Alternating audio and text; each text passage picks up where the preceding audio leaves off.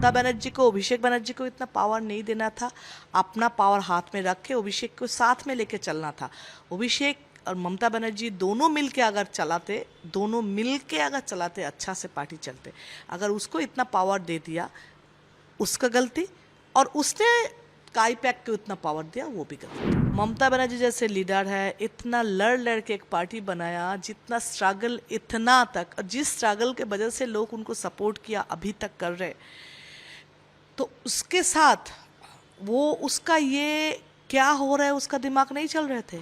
कोई पार्टी जिंदगी भर नहीं चलते, सब हर पार्टी जीतते हारते फिर से आते फिर से नहीं आते, लेकिन इस पार्टी का जो हाल हुआ ये मुझे लगता है इतिहास में किसी का हुआ नहीं। सही डिसीजन हर टाइम होता, हारने के लिए सब नहीं छोड़ रहे, गलत डिसीजन की वजह से छोड़ रहे। टीएमसी का जो अभी हाल हुआ, कांग्रेस के बिना, अगर कांग्रेस के साथ जुड़ेंगे फिर भी थोड़ा पोजीशन बढ़ेंगे, कांग्रेस के बिना अभी टीएमसी का कोई रास्ता है बोल के मेरा समझ में नहीं आ रहा है। ऐसा क्या हो गया कि टीएमसी के 20 एमपीज एक साथ स्पीकर के पास गए ये बोलने के लिए कि अब हम एनडीए को सपोर्ट करेंगे?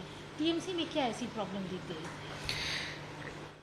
देखो, अगर 2 एमपी जाते तो मैं बोलती हूँ जो उसका प्रॉब्लम था, 3 एमपी जाते तो बोलते उसका प्रॉब्लम था। जब 20 आ गया, इतना ज़्यादा आ गया, तो मतलब उसी में कोई, अगर आप कभी किसी के साथ लड़ोगे तो लगेगा कि उसके साथ उसका गलती है, जब आपके साथ एक का झगड़ा होगा तो उसका गलती, दूसरे का, जब 10 के साथ आपका झगड़ा होगा तो आपका भी गलती है, आपका ही गलती है।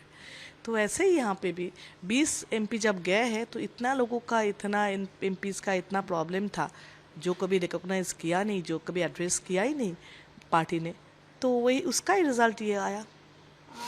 ऐसा जैसे और भी लोग जो रेबल टाइप के हो गए हैं या फिर अपनी बातें खुलकर बोल रहे हैं, यही बोला जा रहा है कि गलती हम में नहीं है बल्कि पार्टी की तरफ से। अगर अभिषेक सुन लेते, ममता सुन लेती, हमारी बातों को सुना जाता, इवन थ्रेट कल्चर था वहाँ पे जिसकी वजह से 1 to 1 नहीं हो पाता था।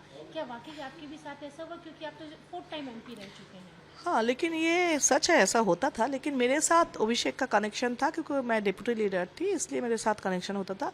मैं ये नहीं बोलूँगी अभिषेक के साथ बात नहीं हो पाते थे, ये नहीं है, बात हो सकते थे, लेकिन ये भी सच है सबका नहीं हो पाते थे। और दीदी ने मुझे लगता है लास्ट बहुत दिन से किसी के साथ बात करना छोड़ ही दिया, या कोई प्रॉब्लम सॉल्व करना छोड़ ही दिए थे। अगर दीदी की बात की जाए तो आपकी उनकी आखिरी बात कब हुई थी कि बहुत अच्छे से आपने डेवलपमेंट वर्क, अपने कंस्टिट्यूंसी, अपने असेंबली के बारे में, सबके बारे में बात किया हो? देखो, ऐसे कॉन्स्टिट्यूंसी के बातें करने से सब में ना होता था, जो ये करना है, नहीं अभी नहीं अभी नहीं, ऐसा होता था, तो इसलिए इतना कुछ हुआ नहीं। इलेक्शन से पहले मुझे मेरा वहाँ पे मेडिकल कॉलेज करना था, मैंने दीदी को बोला था ये मेडिकल कॉलेज कर दीजिए, तो बोले थे इलेक्शन के बाद करेंगे, इतना ही हुआ था। वो जिस दिन दिल्ली में गए थे दीदी, वो सब SIR को लेके, उस दिन मुझसे लास्ट बात हुआ, उसके बाद नहीं हुआ था। मैंने मेरा इलेक्शन से पहले मेरा कॉन्स्टिट्यूंसी का जब कैंडिडेट डिक्लेयर हो रहे थे, मैंने दीदी से बात करने के लिए कोशिश की थी। मैंने बोला था मुझे बात करनी है, तो दीदी का ऑफिस से मेरे पास फ़ोन आया था, क्या बात करनी है, क्या सब्जेक्ट सुनना था। तो मुझे वो लगा जो अगर ऑफिसर को मुझे सब्जेक्ट बता के दीदी से मिलना है, पर्सनली भी और पॉलिटिकली भी, 4 टर्म के एमपी अगर वो अपना एरिया का कोई बात करना चाहते तो ऑफिसर को नहीं बोलना है क्या बात करेंगे।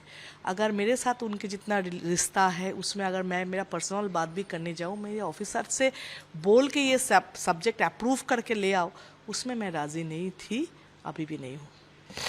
ये जो हार हुई, बहुत बड़ी हार थी, किसी ने नहीं सोचा था कि टीएमसी हारेगी, वो भी इतनी बुरी तरह।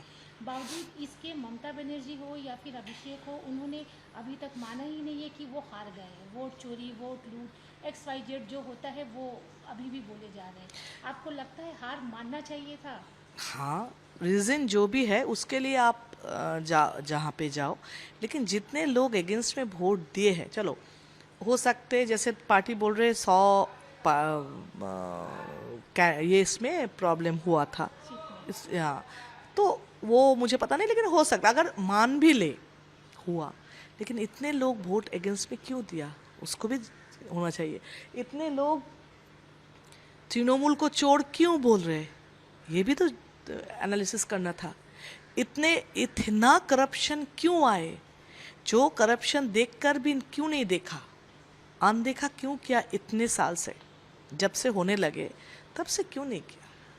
गलती किसकी मान रही है, ममता बनर्जी, अभिषेक बनर्जी या आईपैक? आईपैक तो एक स्टाफ है, आईपैक तो स्टाफ है। अगर मेरा स्टाफ कुछ गलती करे तो गलती तो मेरे ऊपर आएगा, जो मैंने उसको मुझे स्टाफ रखा मैंने, तो उसका तो गलती, अगर कोई गलती आ जाए तो लोग तो उसको नहीं बोलेंगे। आईपैक का भी एक नाम बताया, किसी का नाम बताए जिसका गलती बोलोगे नहीं। लेकिन आप ममता बनर्जी का नाम जानते हो, अभिषेक बनर्जी का नाम जानते हो, तो रिस्पॉन्सिबिलिटी उनको ही लेना है क्योंकि उसने ही लिया था। लेकिन मुझे लगता है अभिषेक बनर्जी का ये डिसीजन आईपैक उनको मतलब उनको मिसगाइड किया, और आईपैक को इतना पावरफुल नहीं करना चाहिए था। अभिषेक बनर्जी को भी इतना पावरफुल, ममता बनर्जी को अभिषेक बनर्जी को इतना पावर नहीं देना था। अपना पावर हाथ में रख के अभिषेक को साथ में लेके चलना था। अभिषेक और ममता बनर्जी दोनों मिल के अगर चलाते अच्छा से पार्टी चलते।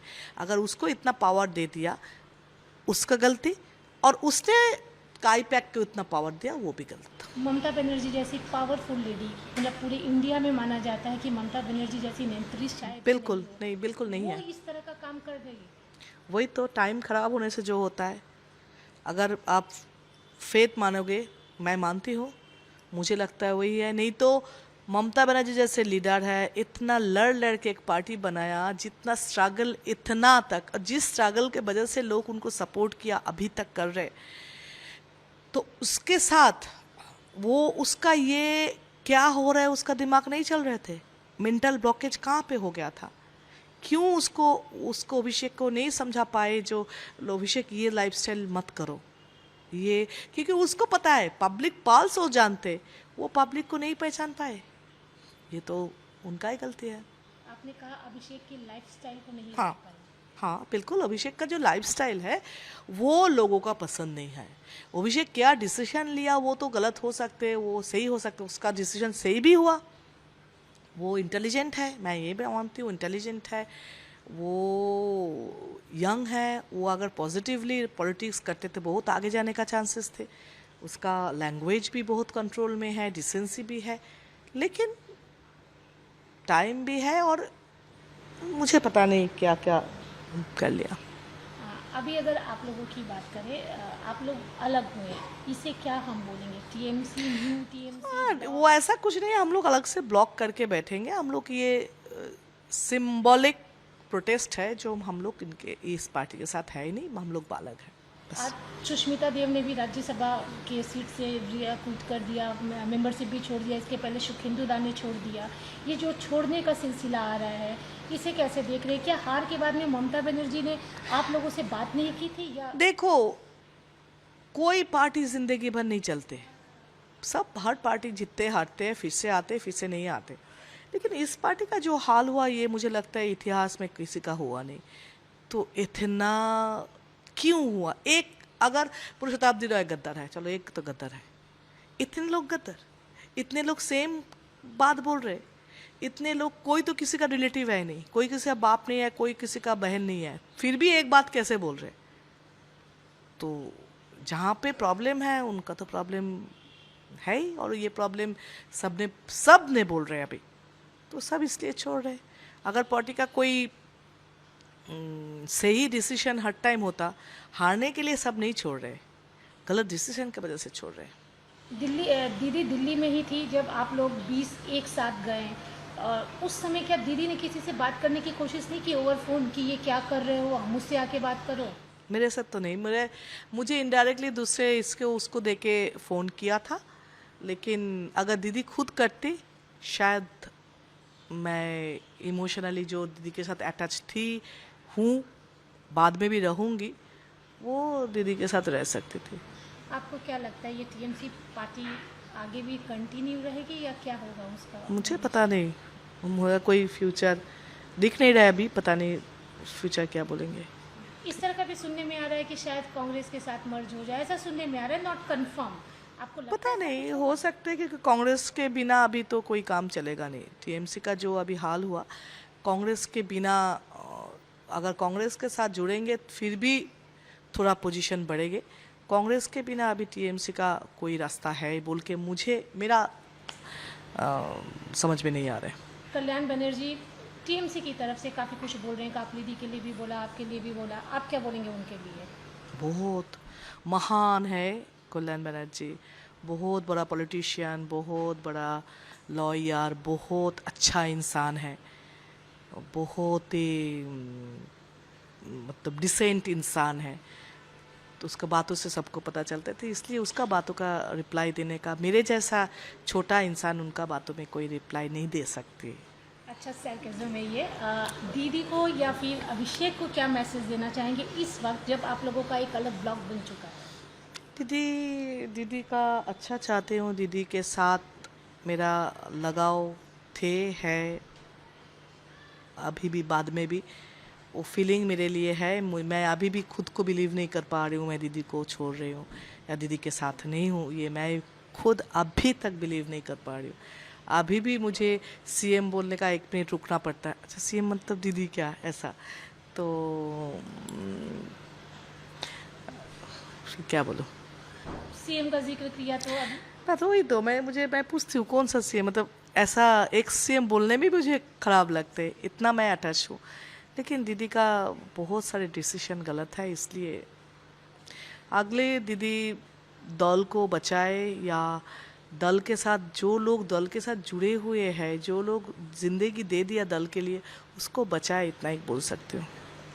सीएम की ये बात करते हैं जो अभी के हमारे सीएम हैं शुभेंदु अधिकारी, उनके परफॉर्मेंस को लेकर क्या बोलेंगे? अच्छा है, स्टार्टिंग तो अच्छा किया है, जो बात इलेक्शन से पहले किया वो तो स्टार्ट किया है, बस लेडीज़ का फ्री किया, अन्नपूर्णा ये भी स्टार्ट किया, ये सब कर रहे हैं, तो फिर स्टार्टिंग अच्छा किया, मीन्स एक्सपेक्ट कर रहे हो करेंगे, नहीं तो तृणमूल जैसे ही हाल होगा। तृणमूल का कमिटमेंट, तृणमूल का एक्सपेक्टेशन फुलफिल नहीं हुआ बोल के लोग उनको चुना है, तो फिर उनको भी ये फुलफिल करना है।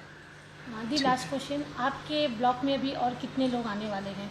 पता नहीं अभी, कोई बात नहीं है। नहीं मुझे पता नहीं, आ सकते हैं।